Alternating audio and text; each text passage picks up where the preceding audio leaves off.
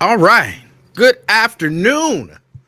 Welcome to the afternoon experiment. My name, Emanuel Livingston. Uh, Thank you for joining me. That's the whole opening. That's the whole opening. We'll be talking about a few different topics. We'll be talking about a few different topics. Um, but first, let me do as I normally do. Say hello to the people who take the time out of their day, use their little fingers, or well, I imagine some of them is fat fingers. Use their fingers and type hello and where they're from, or whatever it is that they type. Let me just acknowledge y'all. First, let me thank everybody who's checking me out right now. Thank you all for your support. I appreciate you. I appreciate you. So that's first. And now let's do this. And yes, I'm going in order of the way they came. Sierra, she says first. She was first. She was. Good afternoon, Sierra. Robert Willis. Robert Willis, what's up with you? Good afternoon, Myosha. She says second. Well, you were second on Facebook. He beat you on YouTube. But what difference do it make? The fact is you here and I'm here. That's really what's important. Good afternoon. Got Terry in the house. Good afternoon, Terry, representing downtown. Anthony in the house, representing Clifton. Good afternoon, Anthony. Let me move this mic a little bit. All right. Got Preston, representing Avondale. Avondale in the house. Good afternoon. Terry says third. I don't know. What were you third at? You were so far from third. But I still appreciate you checking in. Since look at E-Man repping the Bengals. It's just a shirt. It's just a shirt. Same as I was telling you about the whole fraternities and sororities and stuff. It's just a shirt.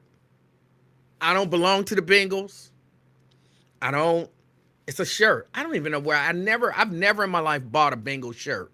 So I don't know where I got this sweater from. Or sweatshirt, I guess. Sweatshirt. I don't know. But it's just a shirt. If it said Nike, I'm not representing Nike. I just have on a shirt that says Nike on it. When I wear the Flash, I don't actually represent the Flash. It's just a shirt. Turkey tips. I don't know exactly what that means. I did have turkey tips at We Do Barbecue. They were good. They were really good. Sierra, after her bragging about being first, now she says good afternoon. She's checking in from Boston. Thank you for checking in. Sabrina, representing North College Hill. Good afternoon, Breenie. Quintano in the house. Quintano say, hope all is well and jovial. Can't beat jovial. Thank you for checking us out, Quintano. David in the house. Representing the universe. You can't represent the whole damn universe. Pick a sector. Angel. All right. From Mainville. Mainville. Ain't that a long way away? Ain't that a long way away? Can you get us up there? Hello? Can you get us up there? Can you hear me? Thank you for joining, Angel. Got Color Me Bert, good afternoon. Vincent, good afternoon, representing Walnut Hills. Nick Brown, representing Blue Ash. All right. I appreciate you checking me out, Nick. Pamela, good afternoon. Representing North Avondale. Rich people. I got rich people on here, y'all. Terry says on Facebook. Okay. Maybe the other Facebook, because I'm on 3 Facebook pages now. I think I'm on 3 Facebook pages. So, hold on, let me see. Okay, 2 Facebook pages. Brenda representing Fairfield. My OSHA says you'll never see me repping the Bengals. So who you rep? Who you rep? You rep rich stuff. Like you rep Lexus. And I wish I knew some like expensive name brands because I know you wear them. Is Dooney and Burke still a brand, like a purse brand? And is it an expensive purse brand? Because I know you representing them if they are. You only represent rich stuff. Miss Pittsburgh. Miss Pittsburgh in the house. We got Yo Underwood checking in from the JC. I'm assuming that means the Jesus Center. All right. Out there at the Jesus Center. Can't beat that. Anthony. Talking to Yo Underwood. Daryl. Good afternoon. Hey. Thank you for checking us out. For real, thank y'all for taking a few minutes out of y'all day. Or, a lot of minutes. However long y'all decide to stay here and kick it with me. Phyllis, good afternoon. Phyllis, good afternoon. Tria, Columbia Township. Represented. Thank you. My OSHA says I represent Chicago. I've never seen you with no Chicago gear on. Ever.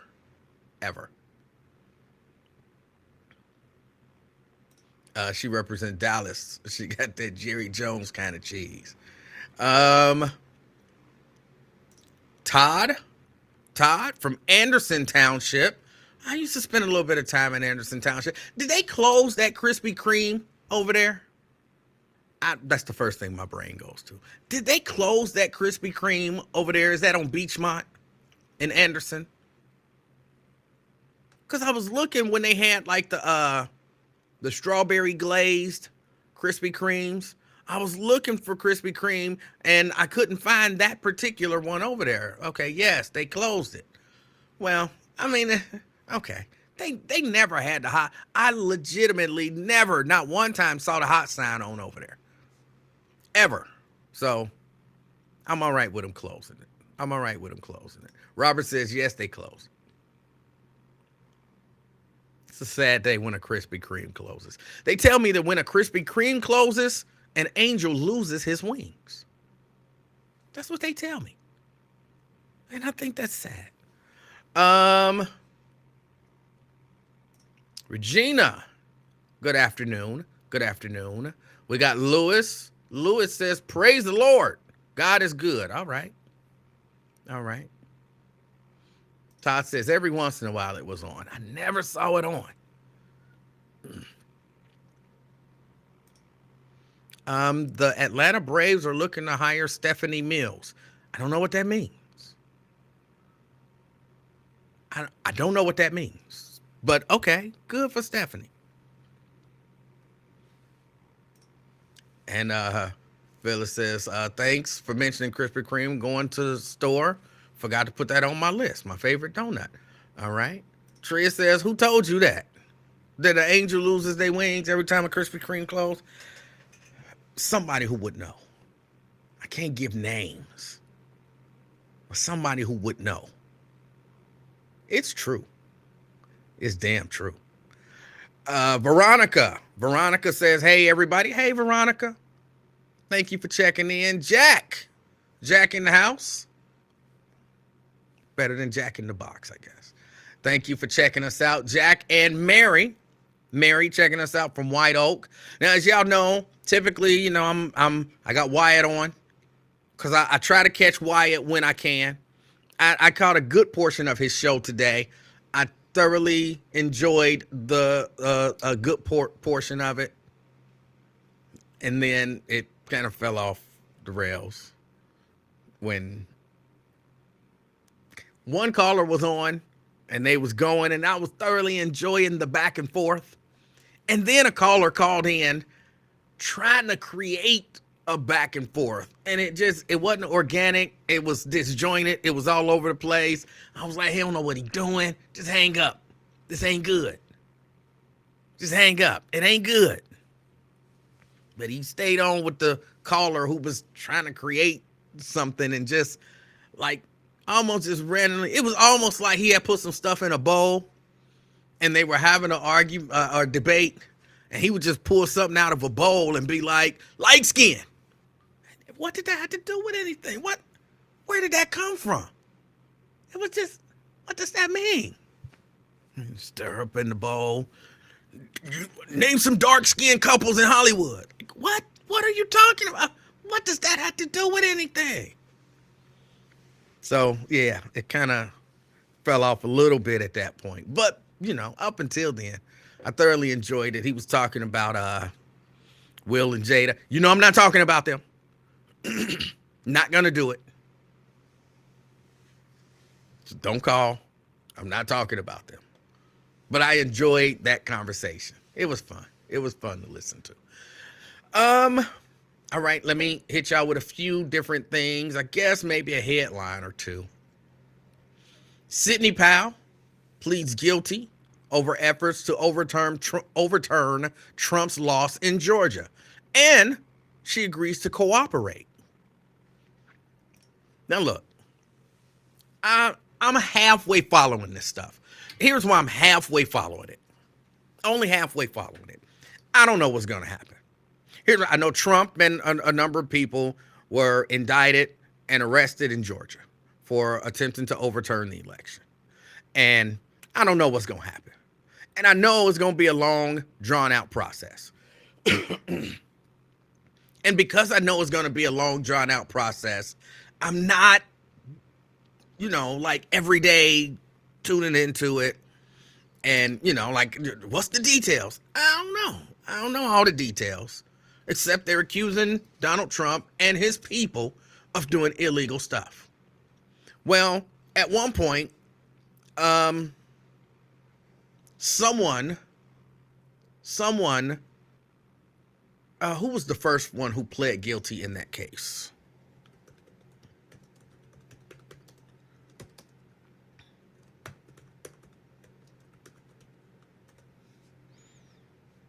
Because she's not the first one.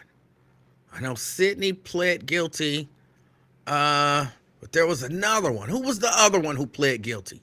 If anybody knows it, put it in the chat for me while I look. Looks like all these stories are Sidney Powell, because that's the big name today.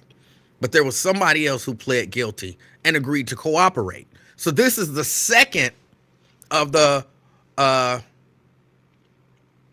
what is it? 17? I told you I don't know all the details. But this is the second one who's pled guilty and agreed to cooperate.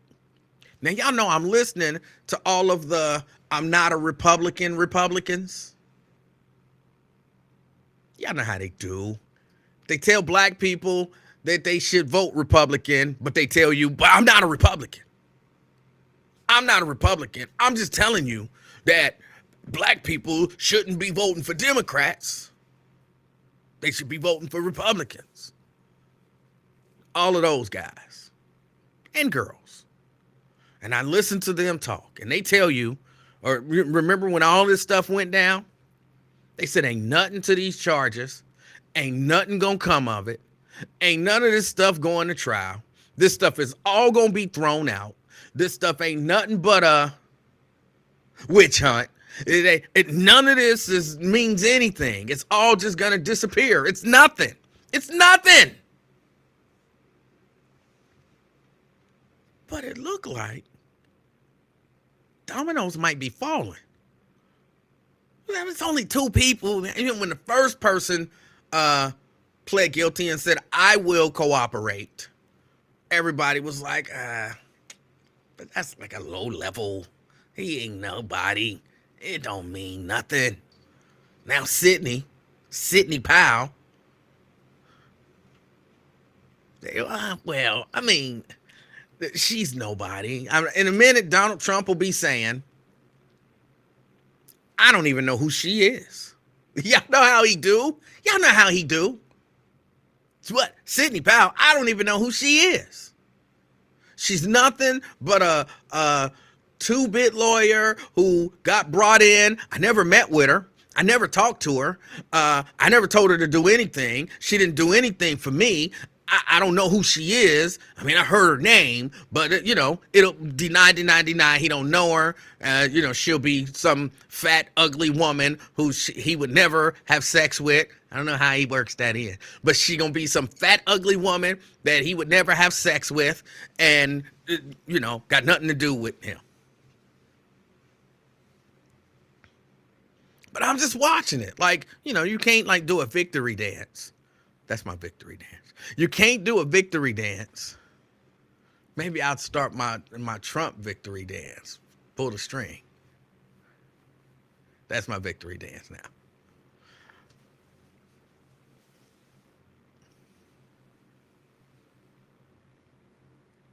But yeah, now she's pleading guilty. Yes, Tria, all the independents who want you to vote for Republicans. They're not Republican. They're independents. So I'm not even praising Trump. I'm not praising Republicans. But Democrats don't do nothing for you. I heard Ron D on a couple of shows today, and he asked the same question on each show. There was one question that he was on Lincoln's show, and I heard him on Wyatt. And the question that he asked, which is a good question, what did you get for your black vote? What did you get for your black vote? You voted for the Democrats. What did you get for your black vote? That's a good question. It's a good question. And I'm going to just leave it at that. Y'all know I'm secretly hoping Ron D calls. I'm secretly hoping that Ron D calls. I guess it's not that big of a secret now that I said it out loud. But I'm secretly hoping that he calls. I figured the trifecta. And three of them. But it's a good question. What did you get for your black vote? I think it's a question that people should be asking on a regular basis. It's not a bad question. People should ask that when you vote for anything. You should be asking, what did I get for my vote? Or what am I going to get for my vote? What do I want for my vote? If anything. And when you look at it, in a block, if we as black people shape the election, it's a legit question to ask, what did I get for my black vote? That's what I'm asking with this red roll issue. What am I going to get for my black vote? Right? It's a legit question, and that's what he asked. I'm not going to answer because I am secretly hoping. I am secretly hoping that he calls in today. I love when Ron D calls. Y'all just don't understand. But yeah, Sidney Powell pleads guilty. She pled guilty to, I think, some misdemeanors. But she agreed to cooperate and testify truthfully in all the upcoming court cases. Which means they got two lined up. I don't want to necessarily say against Trump. Because if Trump didn't do anything illegal and they just tell the truth, and it turns out that he didn't do anything illegal, you're not really testifying against Trump, right? You're just telling the truth. But I did hear some independents say, this stuff ain't going nowhere. One of them guaranteed that none of this is going to trial. And they might be right. So far, they're right. Everybody's been pleading guilty. They're right. None of this has gone to trial. I've got a feeling that they didn't mean it that way. I heard a so-called retired brother from California say, all this stuff is going nowhere. None of this stuff is going to trial. None of this is going to trial. It's all going to be dismissed. It's all just a show. It's all just this. It's all just that. It's not even legal to be charging them.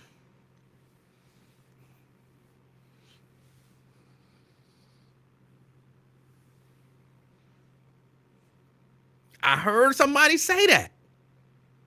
It's not even legal to charge them. The way they indicted them wasn't legal. The way that they charging them ain't legal. And none of this stuff is going to ever make it to trial. It's all going to be dismissed. I promise you, I heard a brother say that. I'm secretly hoping he calls it too. Oh.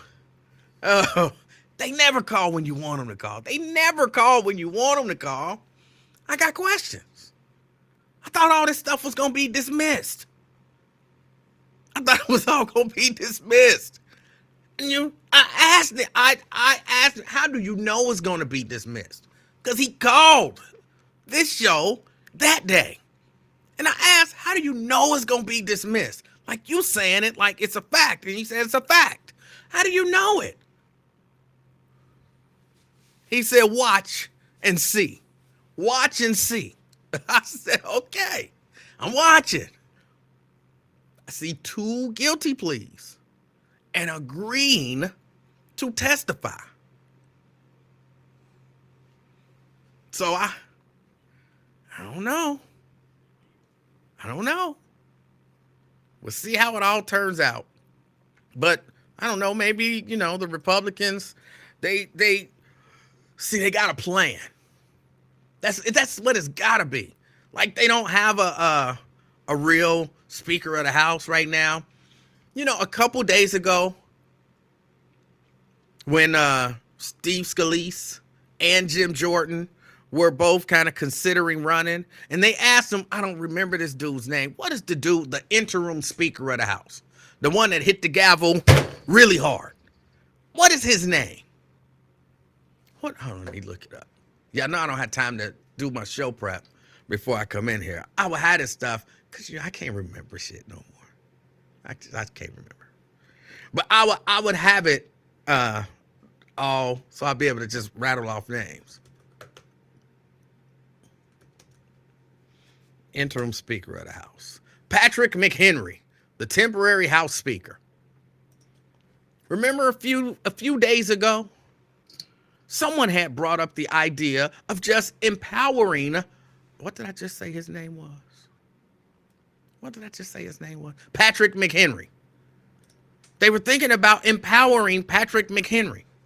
And they said, hey, we could just empower him basically while we work this thing out. And Jim Jordan and them, that's a technical term, in them. It means that person plus however many other people you want it to mean. However many or however few. John and them.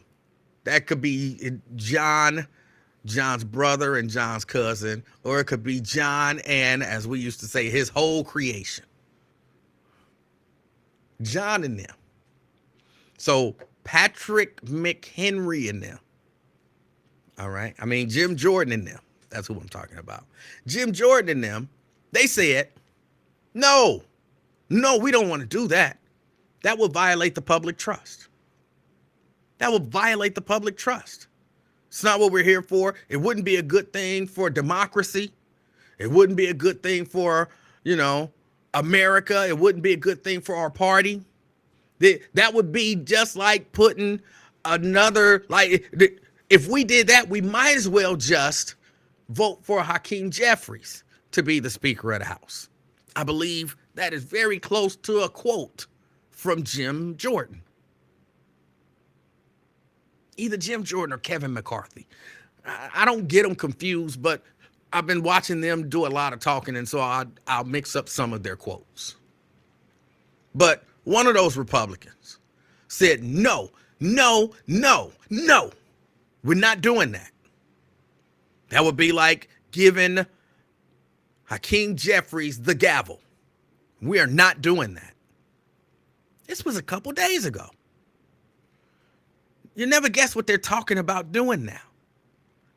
empowering Patrick McHenry as the Speaker of the House until like maybe January once they figure it all out.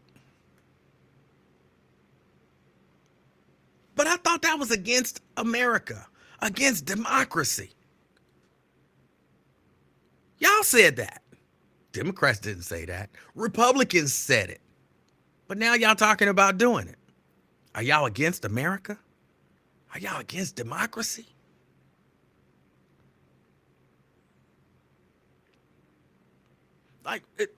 Republicans, y'all need to get y'all stuff together.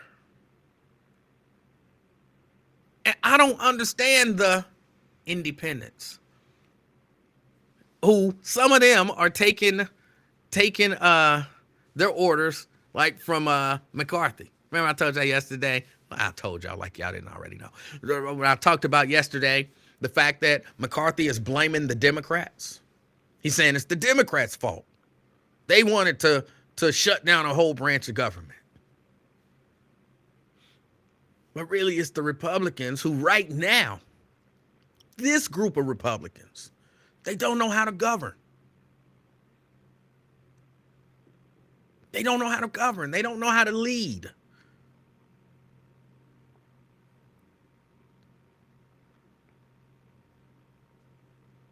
But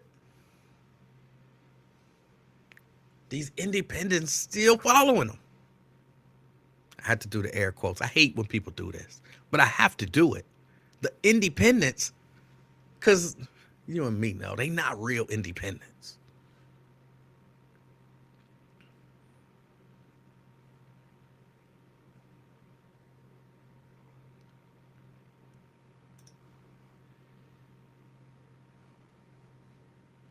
If Jeffries has more votes than Jordan at the time of the votes, he should be speaker. Shouldn't have to reach a certain number. Yeah, but that's the way they do it. That's the way they do it. Oh, wow. A book. Oh.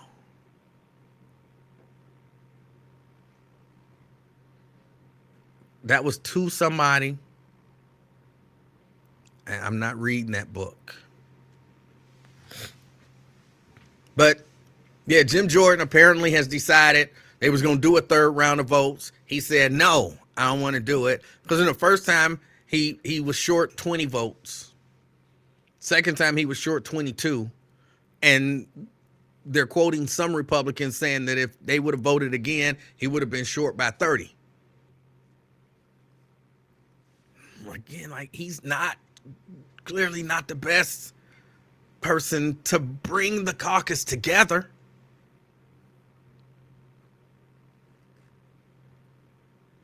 But I don't know how you can argue that these guys are, hold on, okay, no, here's the argument.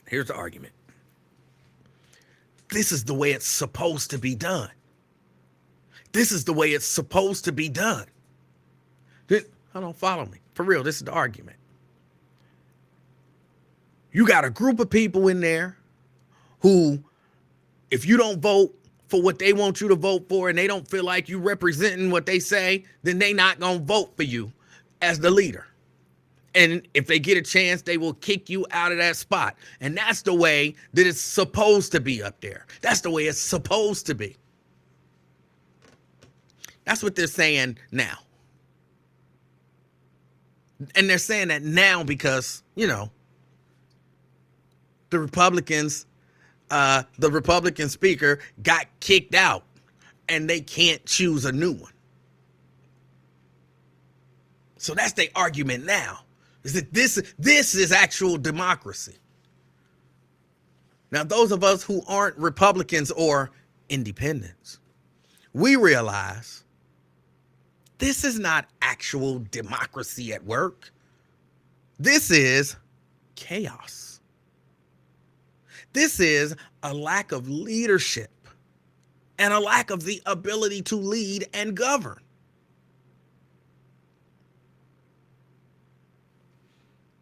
I'm just asking, this is all conjecture now, the question I'm about to ask. Let me ask you this.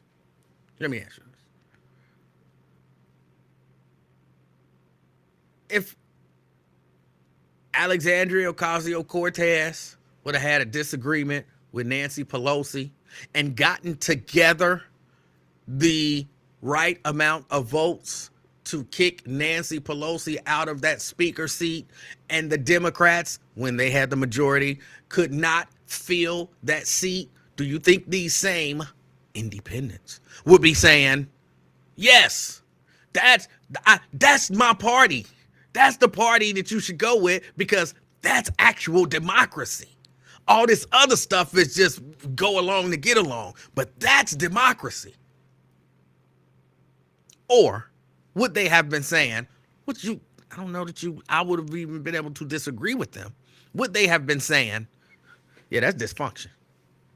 That's dysfunction over there.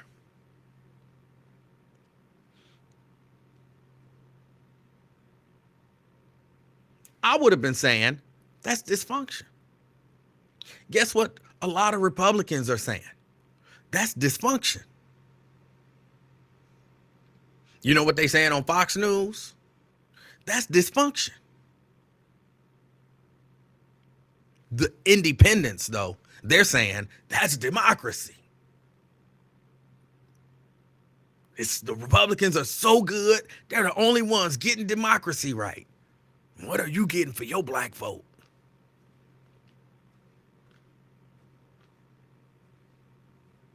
So it's looking bad. But this might just be Act 2. This might just be Act 2. You know, Act 1, I'm not a director. Don't ask me why that's funny to me.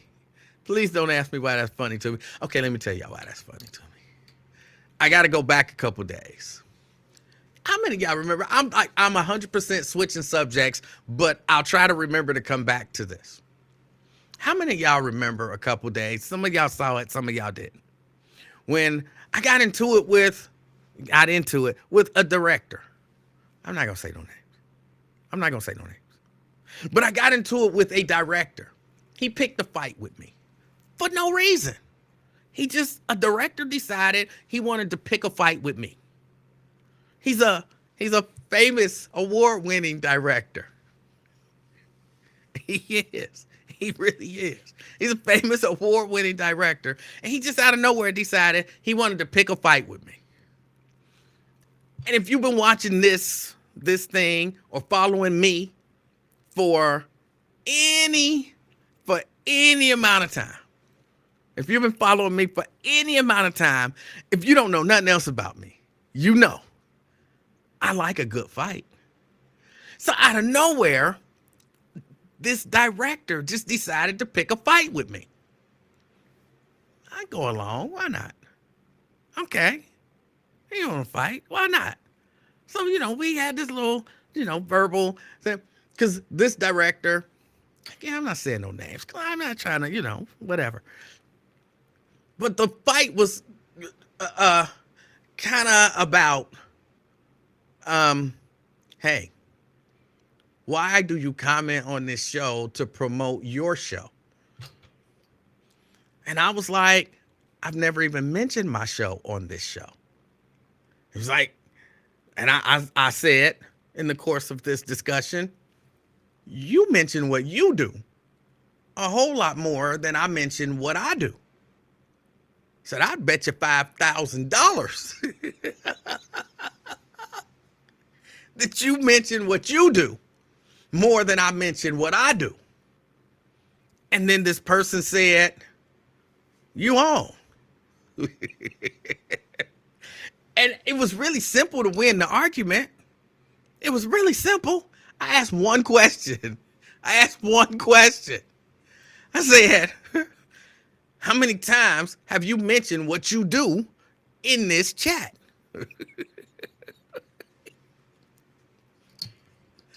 Have you ever mentioned what you do in this chat?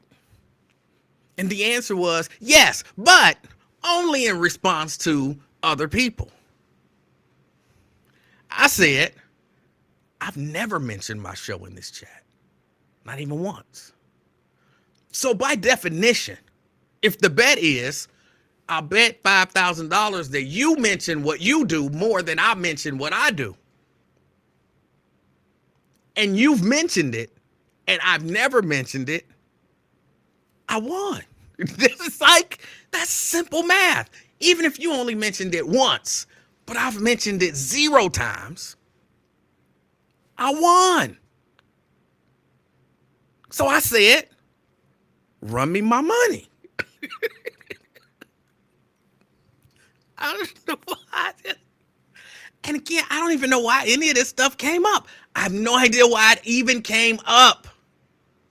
I was just on my, doing my own little thing, commenting on Lincoln's show as I'm known to do.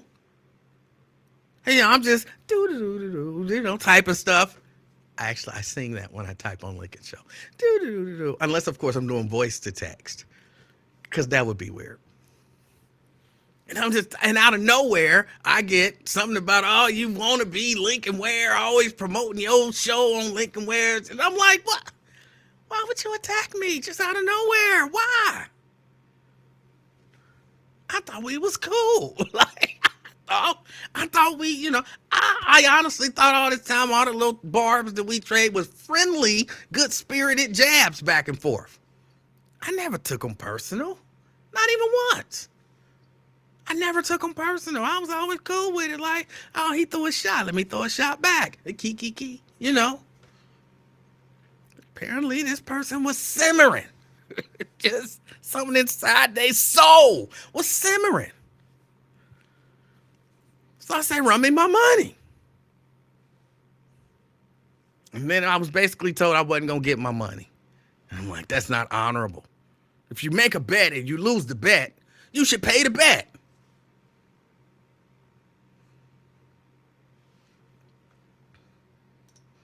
Actually, technically, I don't mention it. If you think about it, Sierra, I think about all of this stuff. Say you say to me, because you do periodically, are you doing a show today? I don't say, I am doing a show today. That would be mentioned in my show. I don't do that. I don't say, I'll be on late today. That would be kind of mentioned in my show. I don't do that. Go back and look. Anytime you ask me, are you doing your show today? What do I say? I think so. That's not mentioning anything. That is not mentioning anything. I don't mention this show. I think so. It's not mentioning the show. I don't do it. I don't do it. There's a reason I don't do it, but I don't necessarily need to get into that. But I'm saying I don't do it, even when asked. Even when asked, I don't do it. I don't mention the show.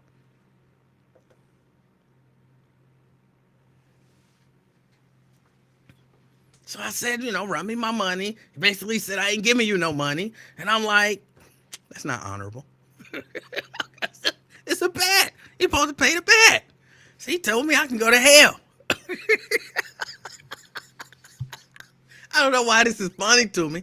He told me I can go to hell. And I'm like, wow, that's excessive. I'm like, okay, I know you're not going to run my money, but I'm just happy knowing that I won. And, he said some other stuff, whatever. And then today I go on, I'm minding my own business, do. And I hear Lincoln mention something from this person. And I'm like, I didn't see a message from this person pop up. And so you know how you can tell when somebody done either blocked you or unfriended you? You search their name. And if they your friend, like, all right, Sierra, since her name up there. If I start typing in a comment, Sierra, before I get to the R, Sierra Brooks, and already popped up. So I was like, I didn't see no comment for him. Let me type in this person's name. I'm like, it didn't come up. So then I go out and then I just search for the person, because you go to the search feature and you search for them and they name just don't appear. You know what that means? Somebody blocked you. Not just unfriended, blocked. Because if they just unfriend you, you can still search for their name and it'll pop up and it'll just show you that y'all not friends. You've been blocked when they name and they don't even pop up. You've been blocked. And I'm like, what'd I get blocked for? What'd I get blocked? Look, this is what I think is going to happen eventually. I'm going to log on to the Lincoln Ware show and I'm not going to see no comments. It's just going to be me typing stuff. I'm going to be like, ain't nobody on today, but I'm going to look up and it's going to be like 275 viewers. And Lincoln going to be reading comments and I'm going to be like, I don't see none of these comments. I'm going to be the only one who can see my comments because eventually everybody just going to be done blocked me.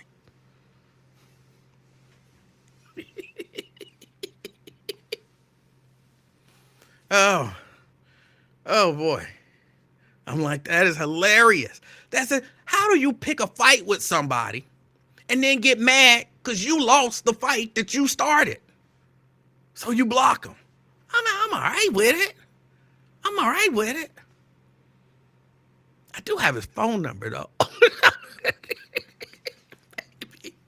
I wonder if he blocked my calls, too. Changed his phone number. You never know. You never know.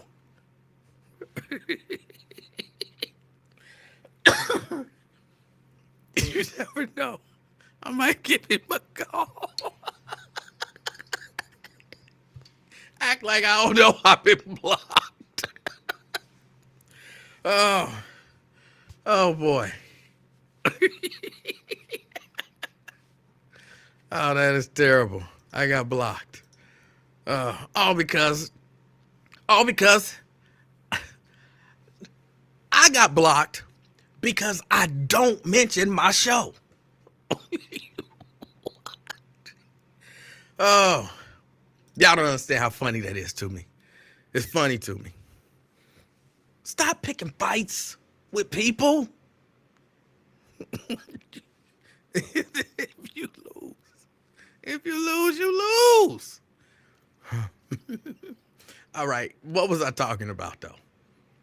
I was talking about something. That's what made me think about it. I was talking about acts. And I was saying with the Republican thing, this might be act number 2. Now, if you watch movies, plays, read books and stories, and if I get any of this wrong, and you're a director out there, feel free to correct me. I'm sorry. I know it's not funny to y'all, but it is hilarious to me. So forgive me. Act 1 of a story is usually, a little upbeat. You setting everything up, this is the good guy, this is the bad guy, protagonist, antagonist, all of that kind of stuff. Everything starts to going. Act number 2, typically, the bad guy gets the upper hand. The bad guy gets the upper hand. So by the end of act number 2, it looks hopeless. It looks hopeless. But there's always act number 3. Act number 3 is where the protagonist overcomes the obstacles put in their way. And usually, because, people like happy endings. So usually, they end up coming out on top. Think Star Wars original trilogy. Act number 1, we meet Princess Leia and Luke and Vader and all of that kind of stuff. We define the problem. There's this big moon space station that can blow up a planet, and our heroes have to fight the bad guys to take out this weapon. And they blow it up. And the heroes, we've defined the problem, and the heroes kind of come out victorious. But then act number 2, Empire Strikes Back. The bad guys don't just go away. They devise a plan. And they come up with a thing. And, By the end of act number 2, Han Solo is frozen in carbonite. The the rebellion is in shambles. Luke got his hand chopped off. Oh, spoiler alert, if you haven't seen this. Spoiler alert. Luke got his hand chopped off. You know, they on the run, the whole nine. It's just, at the end of Act 2, it looks like the Empire has won. Then Act number 3, basically you get 3 acts in one. They go, they rescue Han Solo and Leia and the droids, but then, you know, the Emperor, he comes in and he's got everybody and he sets the trap. It's a trap. Grand Calamari or whatever his name is. It's a trap. And everything looks hopeless. But Luke still has hope that his father has goodness in him. They get to battling and, you know, looks like all hope is lost, but then Vader throws the Emperor down that shaft. They drag him out. They drag out Vader because, you know, that took a lot out of him. Get back to Endor, you know, and the rebellion has won. The Emperor is dead, and it's a party all over the universe or the galaxy. That's your 3 acts. Right now, it could be act number 2 for the Republicans. Everything looked good. They took over the House. They got the votes in the election, and, you know, they got the majority in the House. They were winning. They were on all of these committees, and they were holding hearings about Hunter Biden's laptop. They were holding hearings about Hunter Biden's laptop. If they don't do nothing else, they gonna get to the bottom of Hunter Biden's laptop. You gonna know. They gonna know what was on Hunter Biden's laptop for all is said and done. If they don't accomplish nothing else, it looks like that might be the case. If they don't accomplish nothing else, they gonna get to the bottom of Hunter Biden's laptop. So they were holding hearings on Hunter Biden's laptop. They had just started impeachment inquiry. Everything looked good, and then out of nowhere, a government shutdown is looming. And we got to kind of maybe cooperate a little bit with the Democrats. And then one of their guys said, "What? You cooperated a little bit with Democrats to stop the government from shutting down? I'm kicking your A out." And Kevin McCarthy said, "Go for it." And he said, "All right." And he did. And he kicked him out. And now all hope looks lost. They can't get a speaker. They don't want the what was the dude named? Patrick McHenry. But it looks like they got to get Patrick McHenry, which they say is horrible for democracy, horrible for America. It's like putting Hakeem Jeffries in as the speaker. It looked like that's what they about to do. All hope looks lost. So if this is act number 2, they could come back strong.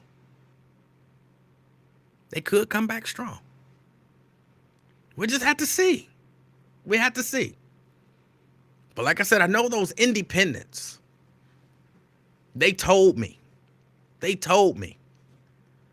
All of this Trump stuff is just going to go away. It ain't going to trial. It ain't going to amount to anything. That's what they said. And we know the independents, they wouldn't exaggerate. They wouldn't say things are fact that ain't a fact. So we'll have to see what happens. We will have to see what happens. But yeah, Sidney Powell, she pled guilty. That's that. And agreed to testify. A movie, ain't it sad? It is kind of sad.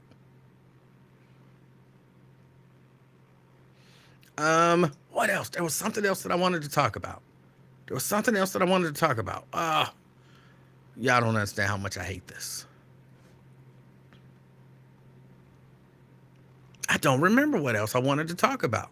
All right, what else is going on out here? And I don't want to talk about Will and Jada. I do not want to talk about Will and Jada. Still not watching the NFL, even though I do keep seeing all of these stories about how they done caught Colin Kaepernick and exposed him as a fraud and all of that kind of stuff. I don't want to talk. No, Sierra. I've already said everything that. What else is there to be said about them? First, I don't really like either one of them. Second, I think everything speaks for itself.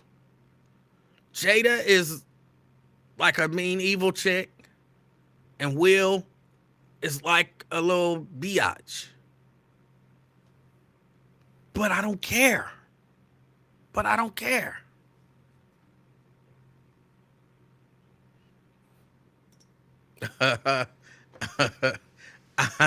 I don't have a beef with anybody. They have beef with me. I think I only have like 4 people blocked. I only have 4 people blocked. I think I've only blocked 4 people on Facebook ever. And 3 of those is only because they blocked me. So I might have to go back and block the director. Just because he blocked me. There's ways to do it, even when you've been blocked. There's ways to block people. Like you can't search their name, but you can still block people who blocked you. Did I block Dumbass Bill? No, I didn't block Dumbass Bill. I didn't. I don't. Does Dumbass Bill even have Facebook? I would be shocked if Dumbass Bill has a Facebook account. He strikes me as the kind who, he don't know. He strikes me as the kind who he don't know how to do a Facebook account.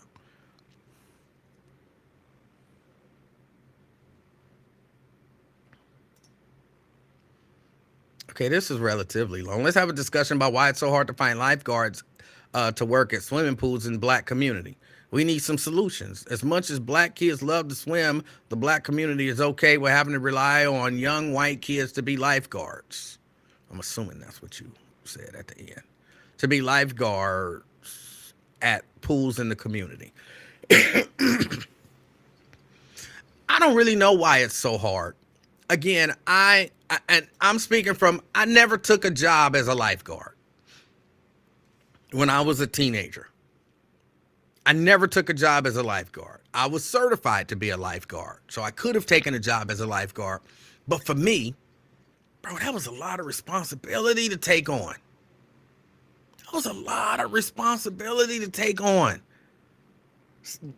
Saving people's lives. And I don't know exactly how it works, right? But in my mind, if you got lifeguards, damn it, just put some of them in the black community. I don't care if they white. Now, look, I'm a big proponent of, try to hire equally. But if black people, and this is a if, because I can't say that it is true. I don't know it to be true. See, one thing that I learned is that just because something looks like a thing doesn't necessarily mean that it is that thing. I could see, and I'm not saying that this is the case, but I could see a case where young black people who are qualified to be lifeguards are trying to get hired, but they're not actually getting hired. I don't know if that is the case. And don't tell me what they say, because they lie. So I don't know if that is the case.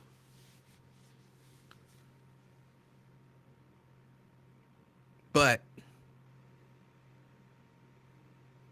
if it is, I guess I'm all right with it. You take what you can get, and if those are the people who want those jobs, then all right. I don't see it as Vernon, as difficult of a thing, something we need a solution to.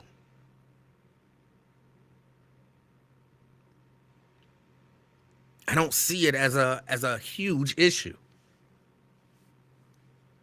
I know, again, when I was qualified and young and would have been in a position where I would have been a lifeguard, I decided to go sell candy door to door over being a lifeguard. First, back at that time, I made a lot of money. Like, when I say a lot of money, I didn't make enough money to buy a car.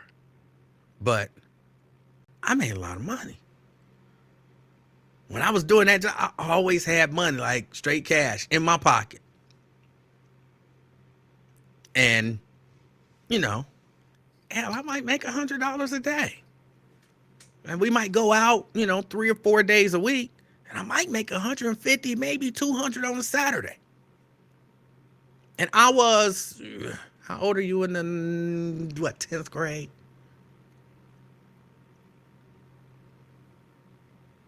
So I definitely wasn't, it was much easier for me to go knock on doors. Hello, my name is Emanuel Livingston from Youth Opportunities Unlimited. I can't believe I still remember that. Youth Opportunities Unlimited. And we sold candy door to door. I was 14, Sierra. We sold candy door to door. I wasn't trying to save nobody's life, putting my life in danger. None of that. Making more money than the lifeguard.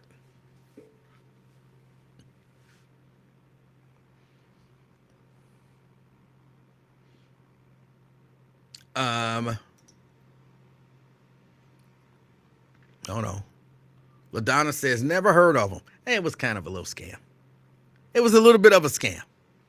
I mean, it was a scam in the sense of we actually had candy that we sold. People bought it. They got what they paid for.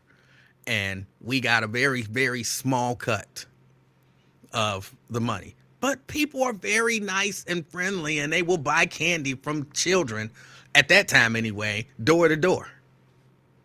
And so this shady dude, I'll be honest, I don't remember his name, but it was this shady dude who would come and pick us up. It was a group of us. I lived in Hawaiian Village at the time. It was a group of us. And he would come and pick us up in this van. This big, it was a big black windowless, van. This back was carpeted, but it was a cargo van. And he would come and pick us up, and we would all have our little boxes, and he would put candy in there.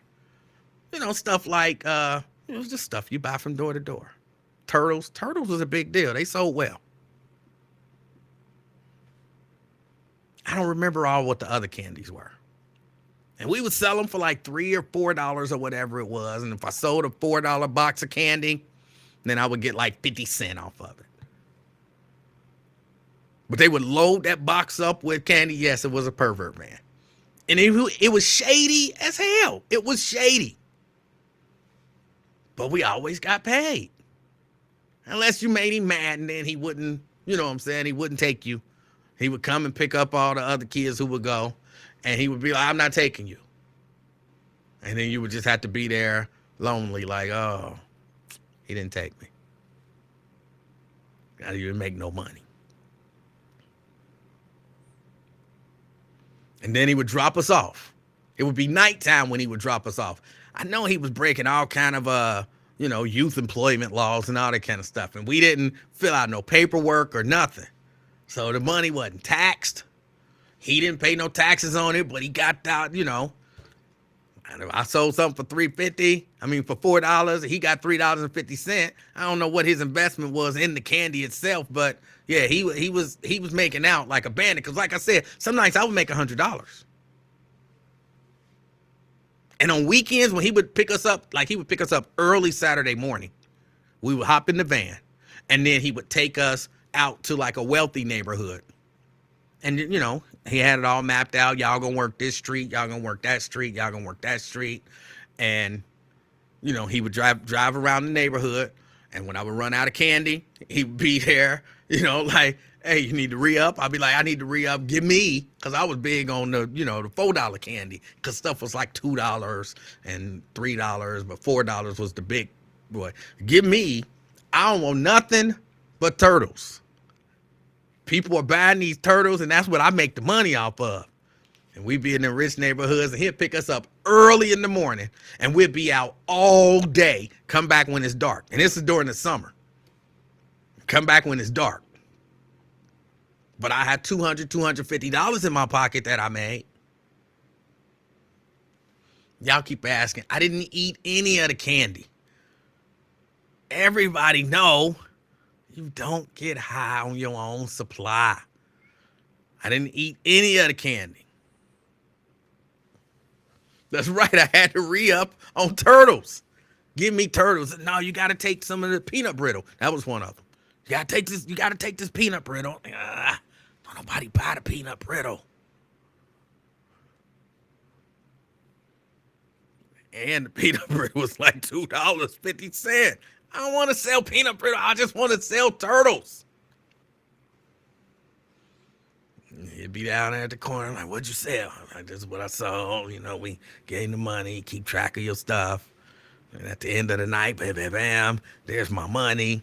And he had big wads of money, because it might be 10, 12 of us in that van. White, black, all of us was poor. But it might be 10 or 12 of us. He would pick us all up. And we would go out and we would sell that candy. And I would make money. But wasn't nobody buying the peanut. I'm telling y'all, talking about all these people. Your mama loved peanut brittle. Your daddy loved peanut brittle. Okay, but they wasn't on my route. The peanut brittle didn't sell very well. Like, I had to push. Like, I'd be in the middle of the thing. I done sold all my little turtles. And now I got to push peanut brittle on people. Got to push peanut brittle. Are you sure you don't want some peanut brittle? I don't have any turtles. I'm sorry. I had turtles down the street, but don't you want to buy peanut brittle? It's delicious. I'm just a young person trying to do what's right. I could be robbing your house instead of trying to sell you candy. For whatever reason, that worked on people. Okay, I'll buy some peanut brittle. Thank you. I'm thinking, damn it. They wanted turtles.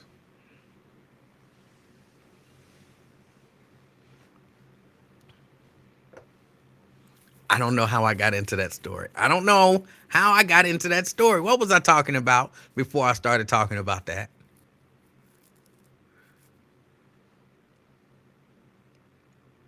What was I talking about before I started talking about the candy selling?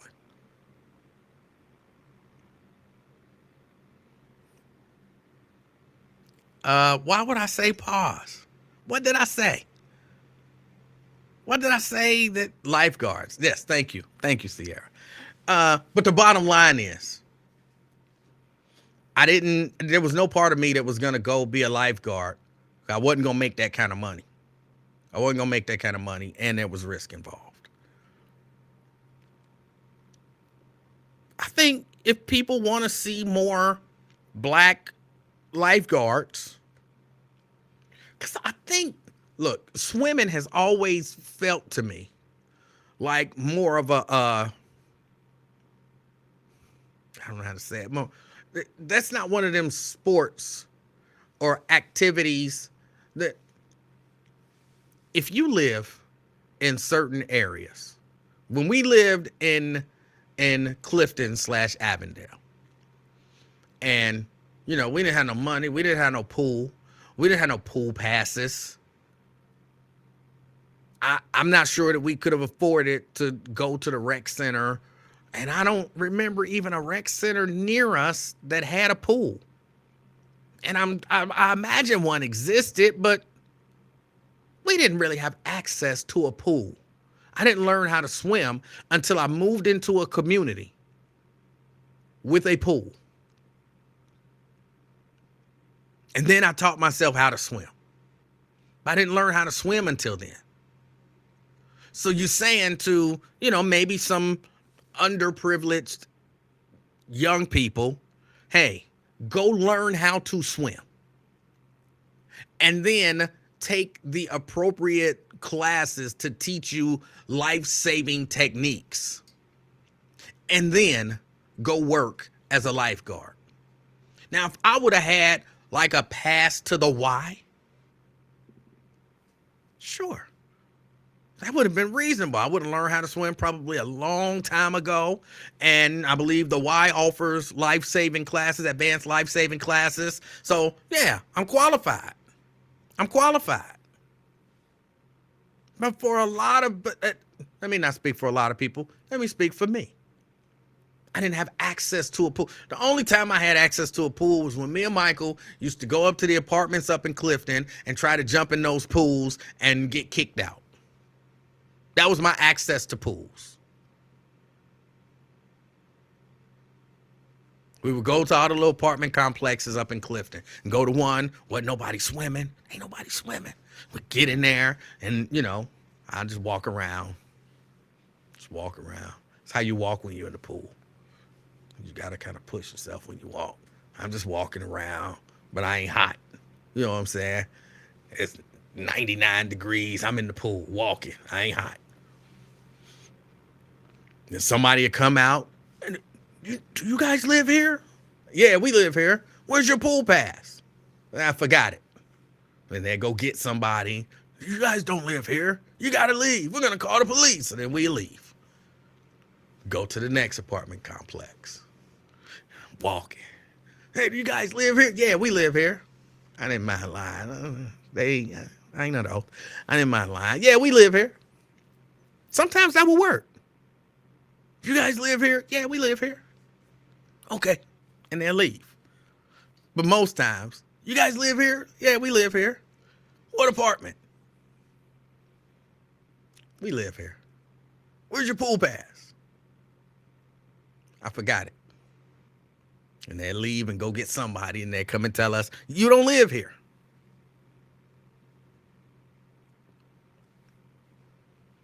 But I didn't have access.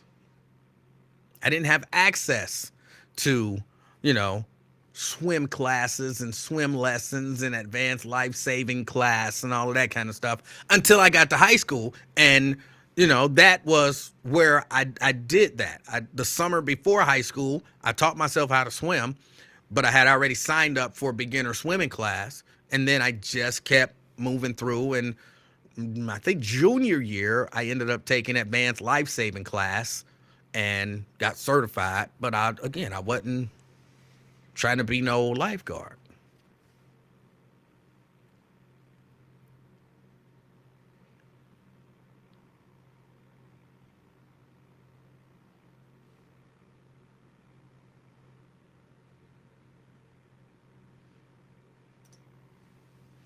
Vernon says the Recreation Commission provides paid training on how to be a lifeguard, including swim lessons and Red Cross certification on life saving.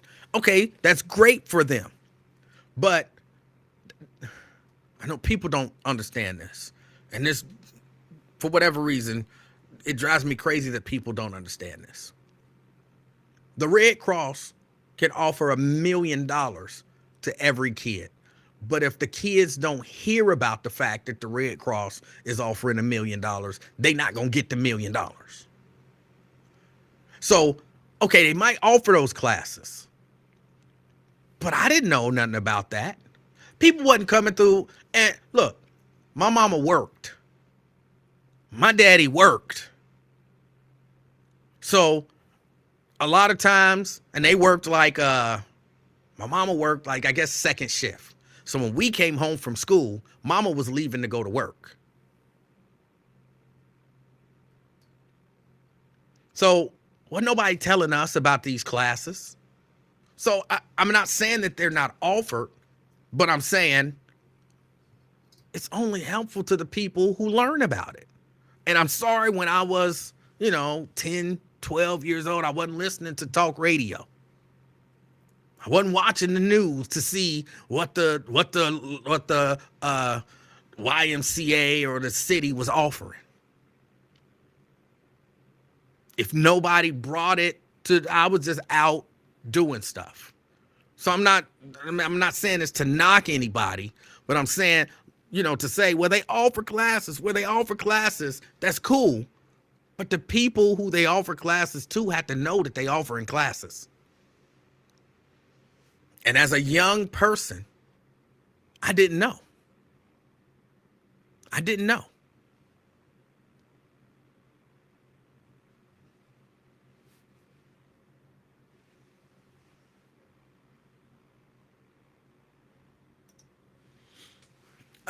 Isn't there some organization that has swimming lessons for adults so adults won't feel embarrassed learning with kids? No, if you don't know how to swim, take your ass out there and learn how to swim with the kids. No, I'm saying no. I don't know. They probably do.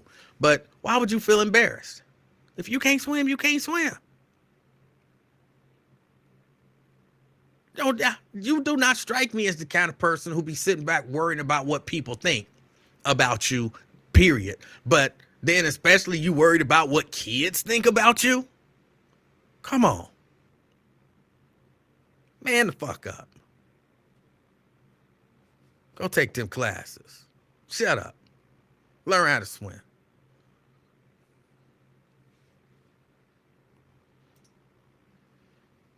Every year, it seems like someone from the Recreation Commission comes on Lincoln Show and begs for lifeguards. Do you recall them ever being on this show? The director's name is Daniel Betts. I'm sure he's been on the buzz before. Probably has. But do you think that the teenagers who they want to be the lifeguards are listening to the Lincoln Ware Show? That's the point I'm making. I'm 16. I'm 15, 16, 17. I'm probably not listening to the Lincoln Ware Show. Like, oh my goodness, Lincoln is talking about lifeguards today. Hey, friends, gather around the radio, the AM radio, while we listen to Lincoln Ware and this guest talk about lifeguards. So you know it, but what, you 40, 50, 60, 70?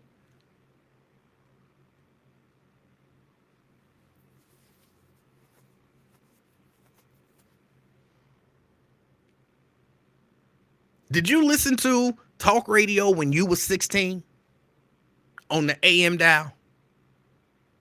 Because that's the people who they looking for. That's what I'm saying. Like, the question becomes, how do they get that message to the young people? Are they in the schools telling them, like, hey, you want to be a lifeguard? Because hearing a commercial on the Wiz wouldn't have made me, or, me on WBLZ, wouldn't have made me want to go become a lifeguard. Do you want a great career where you get to swim every day? That wouldn't have made me want to become no lifeguard. Somebody would have had to come to me and say, hey, you got a job waiting for you if you just learn how to swim. Like, for real? I don't know how to swim. We'll teach you how to swim. Word. When? And y'all pay me? What? Somebody would have had to bring that information to me.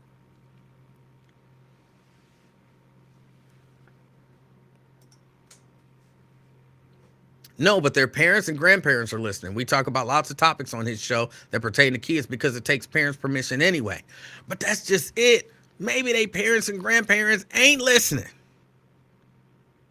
Maybe they work 2 jobs. And they worried about feeding their kid. Making sure that their kid ain't get in no trouble. Checking their kid room for guns. And the last thing they thinking about is, oh, let me tell him about this stuff I heard on Lincoln Ware's show about a lifeguard.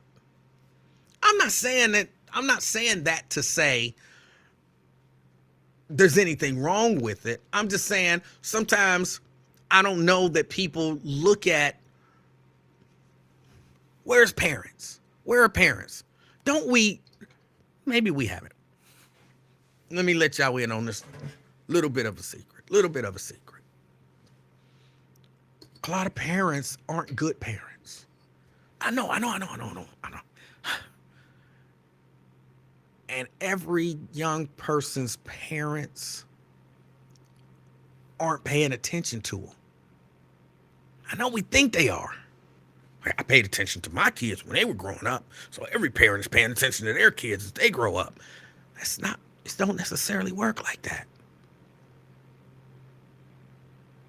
A lot of these kids are out here doing it by themselves almost. Kind of fighting and scraping and making their own way.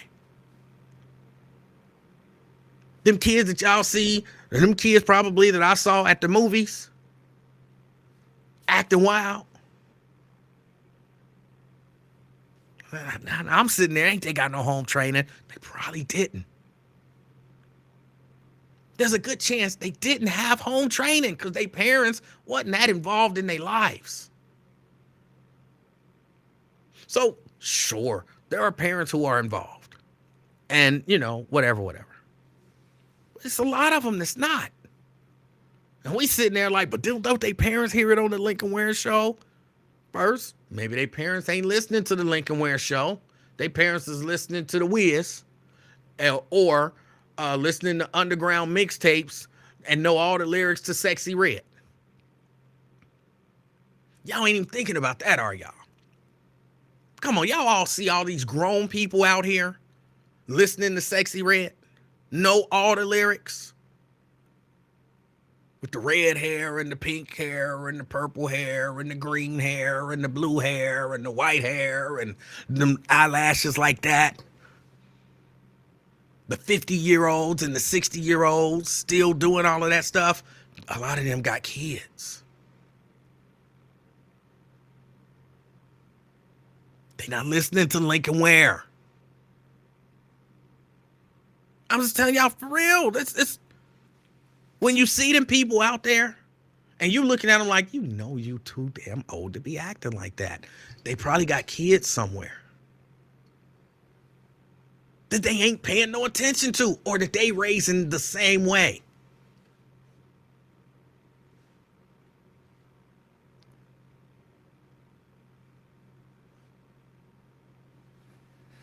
And they heard it on Lincoln Ware show. Number one, they wasn't listening to Lincoln Ware show. If they did hear it, then it ain't Sexy Red, so they ain't passing that on to their kids.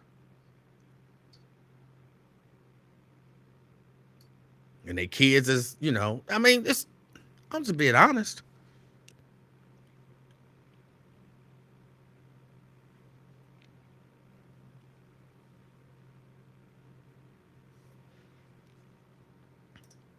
Davis Denise, I'm only familiar with Sexy Red because of Wyatt.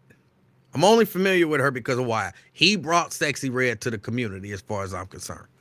And I don't hate that young lady.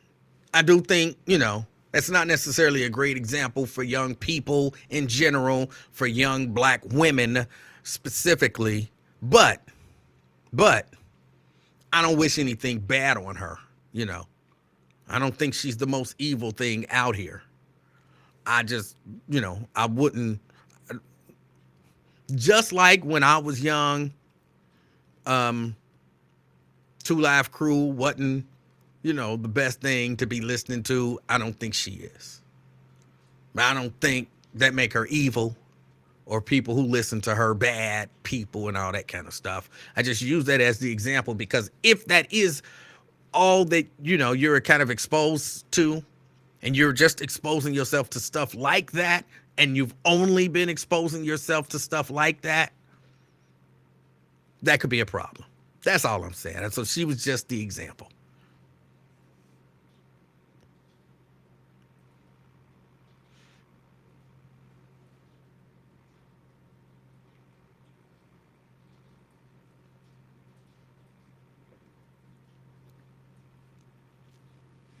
But my point is to say, well, a lot of parents ain't. And I think that's where a lot of times as a community, we drop the ball. Because we get mad at parents for not doing their job. Rightfully so. But then we act like we don't acknowledge that there are parents out here who don't do their job. So that means that there are kids out here who need a whole lot extra. Parents ain't nothing. Parents ain't doing this and parents ain't doing that. Okay, what you doing for those kids? Well, that's their parents' responsibility. But you just acknowledge that the parents ain't nothing and the parents ain't doing nothing. Well, I'm not responsible for raising their kids, but you acknowledge that their kids exist and that they're not good parents. So you can't say you're solving the problem by being mad at the parents. That's not a solution to the problem. When you see a problem, you acknowledge a problem. Because to me, if you're talking about how parents out here ain't and ain't raising their kids right, that means you acknowledge that there's a problem. You see it. So you see it and you acknowledge it. What's your solution? If your solution is parents need to step up, you just acknowledge that they don't and that they not. So they probably won't. So now what's your solution for all of those kids out there with parents who won't step up? And if you don't have a solution for that, maybe stop complaining so loudly about it until you come up with one.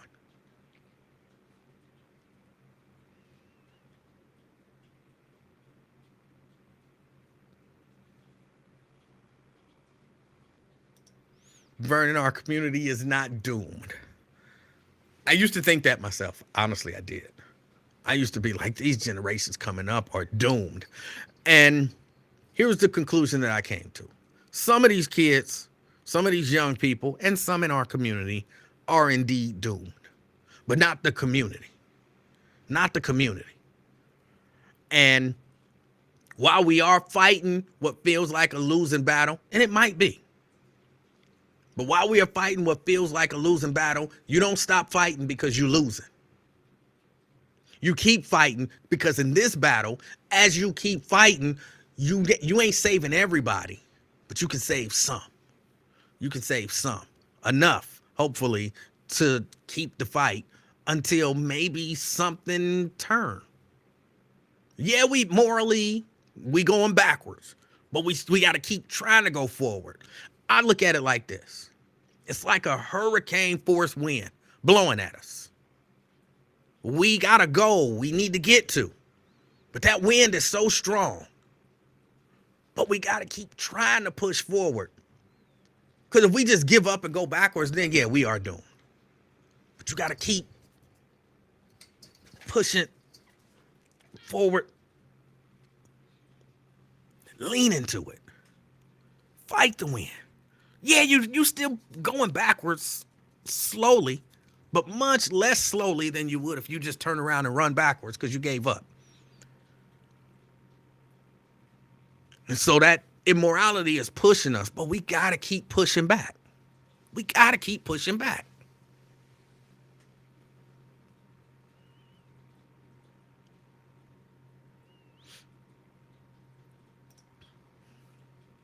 Vernon says, what can anyone do about how someone else is raising their kids? Unless you're saying they should call 241 kids every time they see bad parenting. There's a lot of stuff that you can do. There's a lot of stuff that you can do. You can be a positive influence to a kid. Like, you don't have to live in their house. Basically, all you're trying to do sometimes is show them another option. All your mama do is listen to, I'm sorry, I got to keep using Sexy Red because, she nasty. I'm sorry, all you and your mama do is listen to Sexy Red and talk about this and wear them eyelashes. I don't know why them eyelashes bother me so much, but they do. But you show them another option. You just talk to them. Talk to them about stuff. They may or may not absorb it. They may or may not take heed to it. But you just talk to them. You reach out to them. The kids be out here on the street, riding their little skateboards and scooters and bikes and all of that kind of stuff. And I go out there sometime. And I sit and they, always curious about me. I start talking to them. And the interesting things that kids say and the kids believe, like you see, they get into a little argument or something over the, like, hey. No, we ain't doing all that fighting. Yeah, but he's so and so, and you just start talking to him. And next thing you know, you cool with him. So now when I go out there, they're like, hey, Mr. E. I be like, hey, how you doing?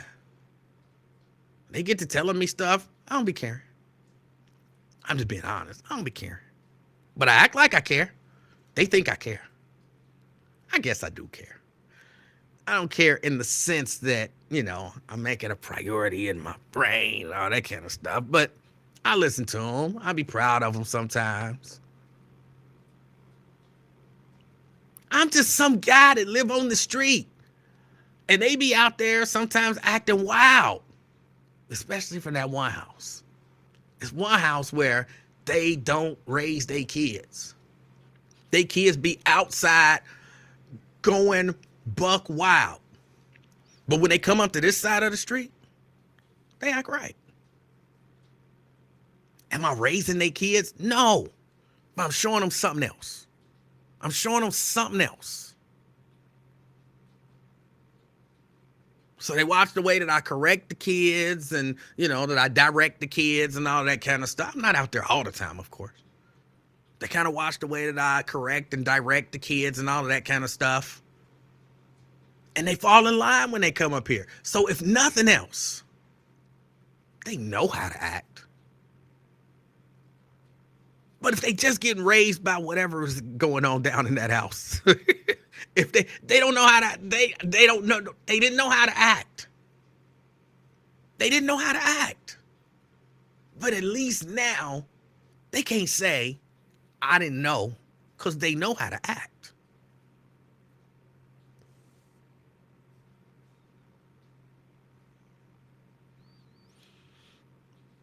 And maybe, they'll not gravitate once they get up and get out and get themselves into something.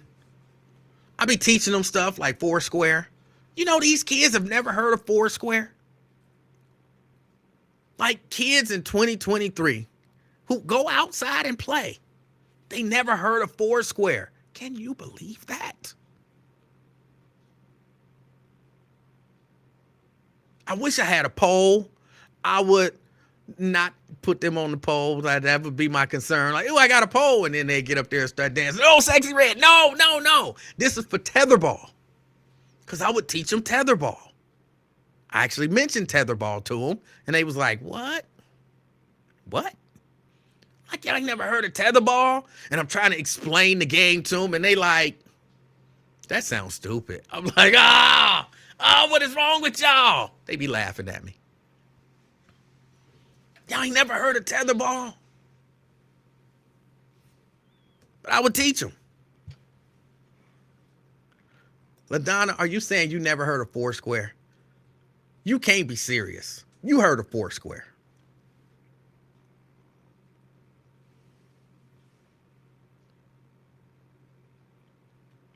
You heard of Foursquare.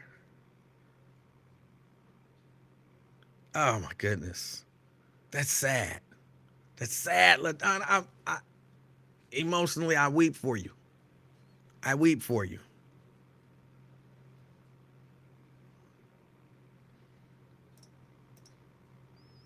Myosha never liked tetherball. Yeah, because y'all was shooting bows and arrows and playing archery and polo and horses and stuff.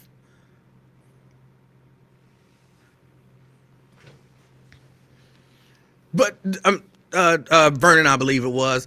That's, in my opinion, that's the answer to your question. Like, no, you can't necessarily raise other people's children, but you just show them maybe a little bit of attention, show them a little bit of a love, and show them another way. Whether they grab it or not, you can't control that. And that's just fighting against the wind. That's just fighting against the wind. I don't know if I'm going to win those kids. I don't know if I'm going to lose those kids. I don't know any of that kind of stuff. But I'm pushing against the wind. I'm trying to hold it back as long as I can before it just overtake us.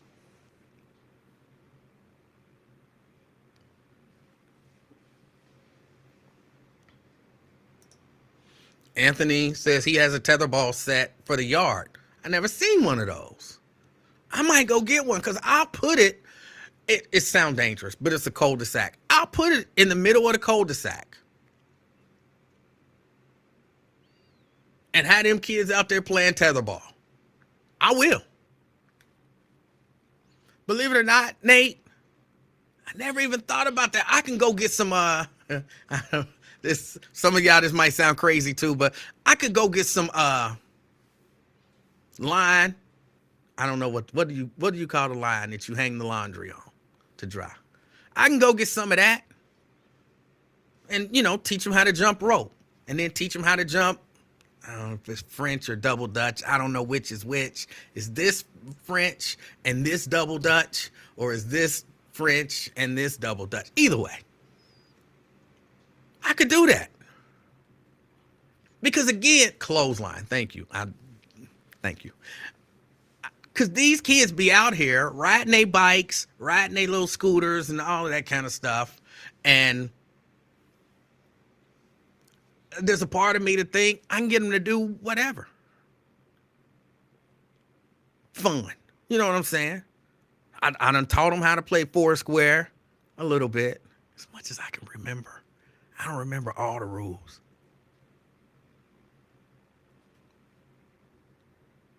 But I could teach them tetherball. I could teach them how to jump rope.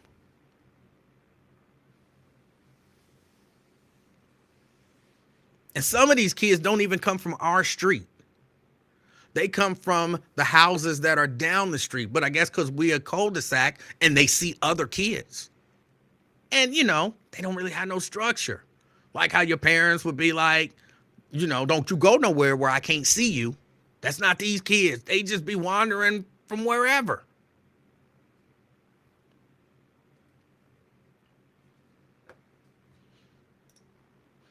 I don't actually play them, Scott, but if I did, hell yeah, I would cheat. You got to dominate. And sometimes you got to cheat to dominate. Yes.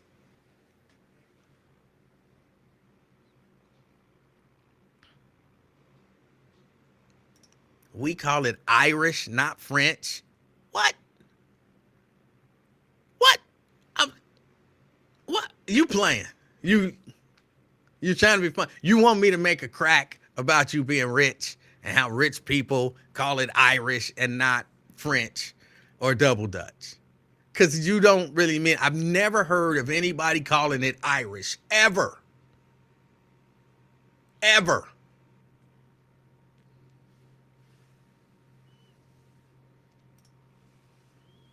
Jason says, how do you know they aren't classmates and came to play with friends? I don't even understand the point of that question. I don't understand the point of that question. They be whatever you want them to be. My point ain't whether or not they're friends or classmates or whatever. My point is they're kids that come and play on this street. And I try to have a little bit of a positive influence on them. That's my point. You can think of them as whatever you want to think of them as.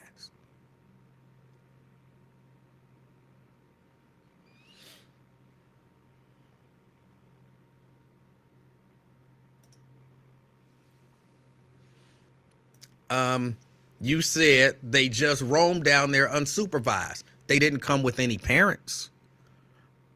In my book, 9 and 10-year-olds walking down the street, playing in a area where their parents are not with them and can't see them, that's unsupervised. But maybe you look at it different. You win. Whatever it is you're trying to win, you win. Because it's not my point. It's not my point.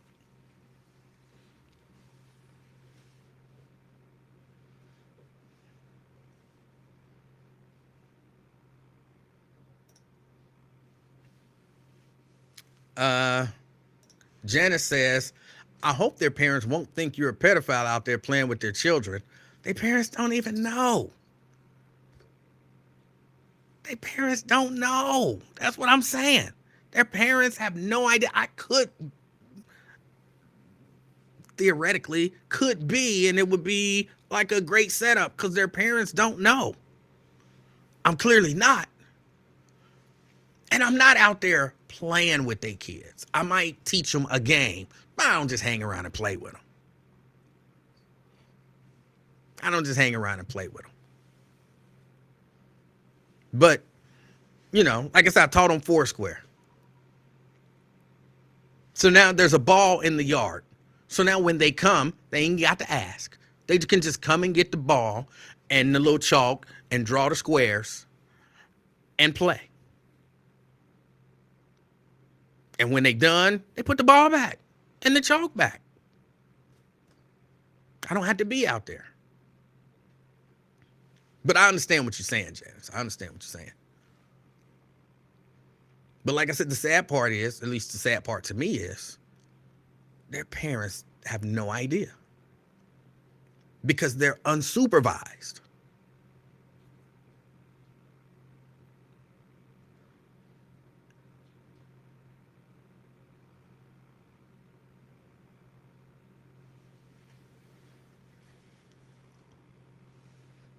But I'm saying to say, well, why didn't their parents tell them?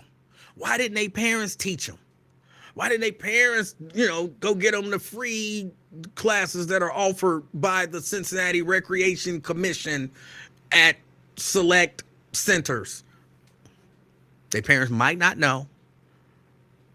And if their parents do know, their parents might not be paying any attention. So that's, you have to do that. You have to do that. Esteban, I'm not playing or teaching them how to do any of that stuff. I never liked Duck, Duck, Goose. Freeze tag was cool. I might teach them freeze tag. Because one of the other things that I'm doing is I'm trying to get the little baby out there with them. She's only 5. And, a lot of them are a little older. But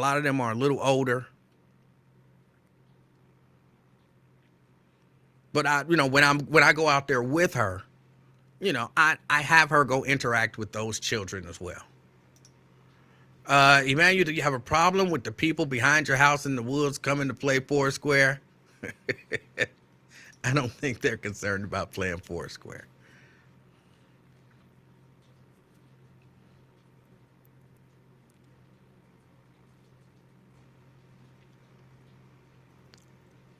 I'm definitely not teaching them hot beans for supper. I'm definitely not teaching them that. Y'all try to get me hemmed up. Like I said, I just want to, I interact with them. I'm not out there every day with them. I'm not even out there every week with them. But I will see them out there and be like, hey, how y'all doing? Hey, Missy. What y'all doing? Oh, we just ride down to school. Y'all ever heard of, that was out of Foursquare thing. Y'all ever heard of Foursquare? What? Y'all ever heard of Foursquare? What's Foursquare? Y'all really ain't never heard of Foursquare? What is Foursquare? Here, I'm going to teach y'all this game. I taught them with a basketball. But then I had to go get one of them little rubber balls.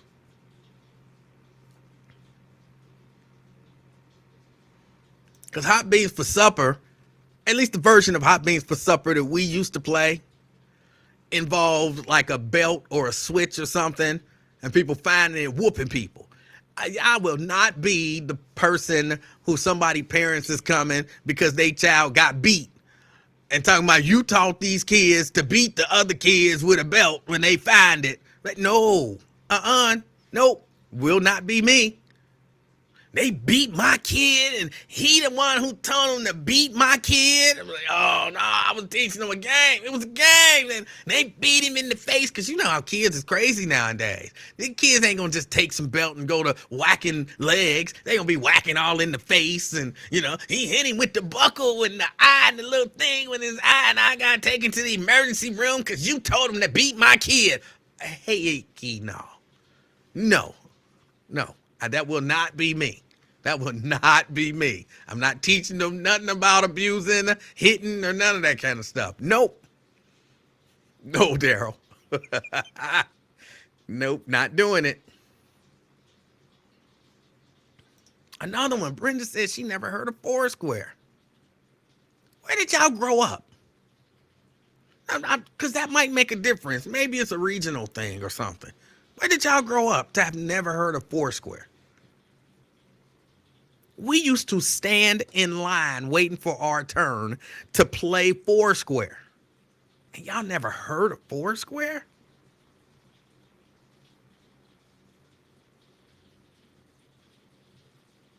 For real, I'm asking Brenda and was it LaDonna? Where did y'all learn Foursquare? I mean, where did y'all grow up at?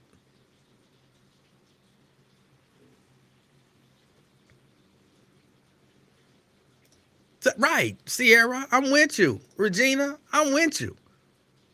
Foursquare was the gang. Rules was fluid. Rules were fluid, but Foursquare was the game.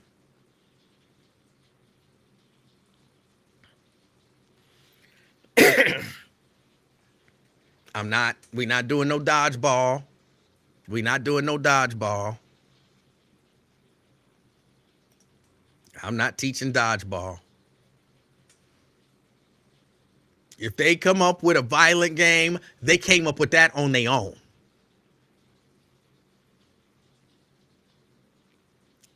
That's right, spiking that ball in the corner. And we, like I said, rules were fluid. So it would all depend on who was playing. And you could hit the ball and then you catch the ball. And we used to catch the ball and like really like just cheat, like hold it and walk to where we wanted to walk to. And the other person had to try to be ready for it. Yeah, yeah, rules were fluid.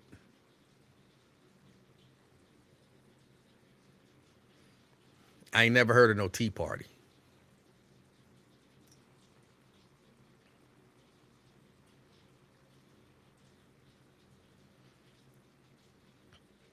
Yeah, it was like tennis, just different.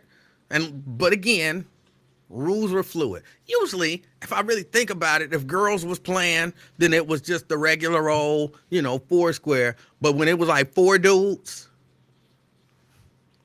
I, just about everything was on the table. Like I remember, uh, there was one game where no, you, it was just a cheat game.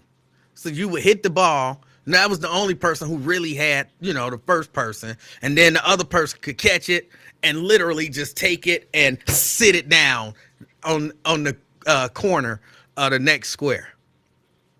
You lost. So we was cheating. That's why I said rules were fluid. It all depended on who was there and who was playing and, how silly we wanted to be with it. But it was always fun. But it was always fun.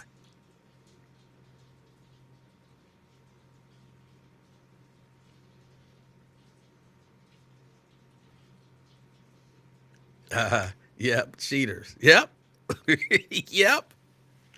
Oh, no doubt about it. We cheated. Yeah, it is. That is really cheating. But it ain't cheating if the rules say you can do it. It ain't cheating.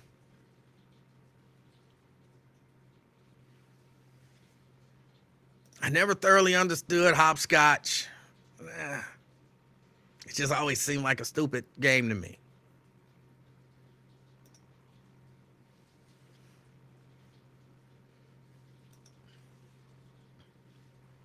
Yes, alternative rules. Oh, y'all, I got to get ready to get out of here. I have somewhere that I'm supposed to be at 5 o'clock. But I appreciate y'all hanging out with me. I would, though, encourage people, because everybody don't live in have a space or the opportunity. Because like I said, them little kids, I live at the cul-de-sac. And those little kids ride their little scooters and bikes and skateboards up and down the street. And so every once in a blue moon, it gives me the opportunity to interact with them. Everybody don't have that opportunity. Everybody don't have that opportunity. But if you do, take it. Take that opportunity. Like, they might be the most well-mannered children and don't need that extra whatever, but it don't hurt. It don't hurt to, interact with, have positive interactions with little kids. And especially if they kind of bad and they don't know how to act, and you can be there and interact with them and teach them how to act. Even if they only act that way when you around, they know how to act. I mean, they know how to act. If they know how to fake it because you around, that mean they actually know what's supposed to be done. And then, something's got to be in them, hopefully, to at some point kind of do things that's supposed to be done the way it's supposed to be done. But yeah, take some time. And if you run across that opportunity, take some time to interact with little kids. I remember as a kid, I used to love it, and this might have just been me, when a parent or a aunt or an uncle or a big cousin or somebody would come and play with us. Like, we'd be out there jumping rope. Yeah, I jumped rope. I had 3 sisters, so yeah, I jumped rope. And we'd be out there jumping rope, and then cousin Ella, she was older, about the same age as my dad. So she was an older lady. But she might come out there and turn the rope for us. And I don't know why. It was just something about it, or being an adult there interacting with us. All she would do was turn the rope. I don't ever remember cousin Ella actually jumping rope. But she didn't mind turning. She was a good turner. Turning is an art. You got to be able to turn right. I was never a great turner. But she would come out there and she would turn every once in a while. You can't beat that. We would play little games, and some adult would come out and, play with us. They always won. But the fact that they was out there playing just made it funner. I don't know why, but it just made it a little funner. So, yeah. Again, we don't really see kids out, in most neighborhoods, because, this is a video game generation. So you don't really see them out jumping rope and all of that kind of stuff. But if you see them out, interacting with them might not be a bad idea. Might not be a bad idea. All right, I got to get ready to get out of here. Is funner a word? Absolutely. Absolutely. But can't be clap-handed.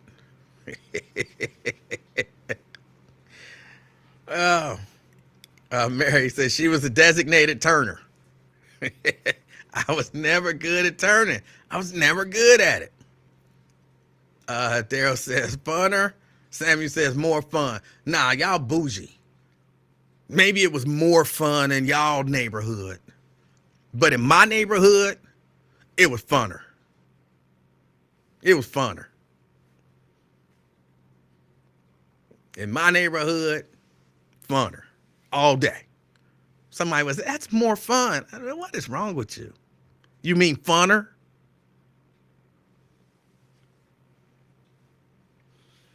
All right. I got to get out of here. Y'all enjoy the rest of y'all day. I know it's raining out. I hear it. It's raining out.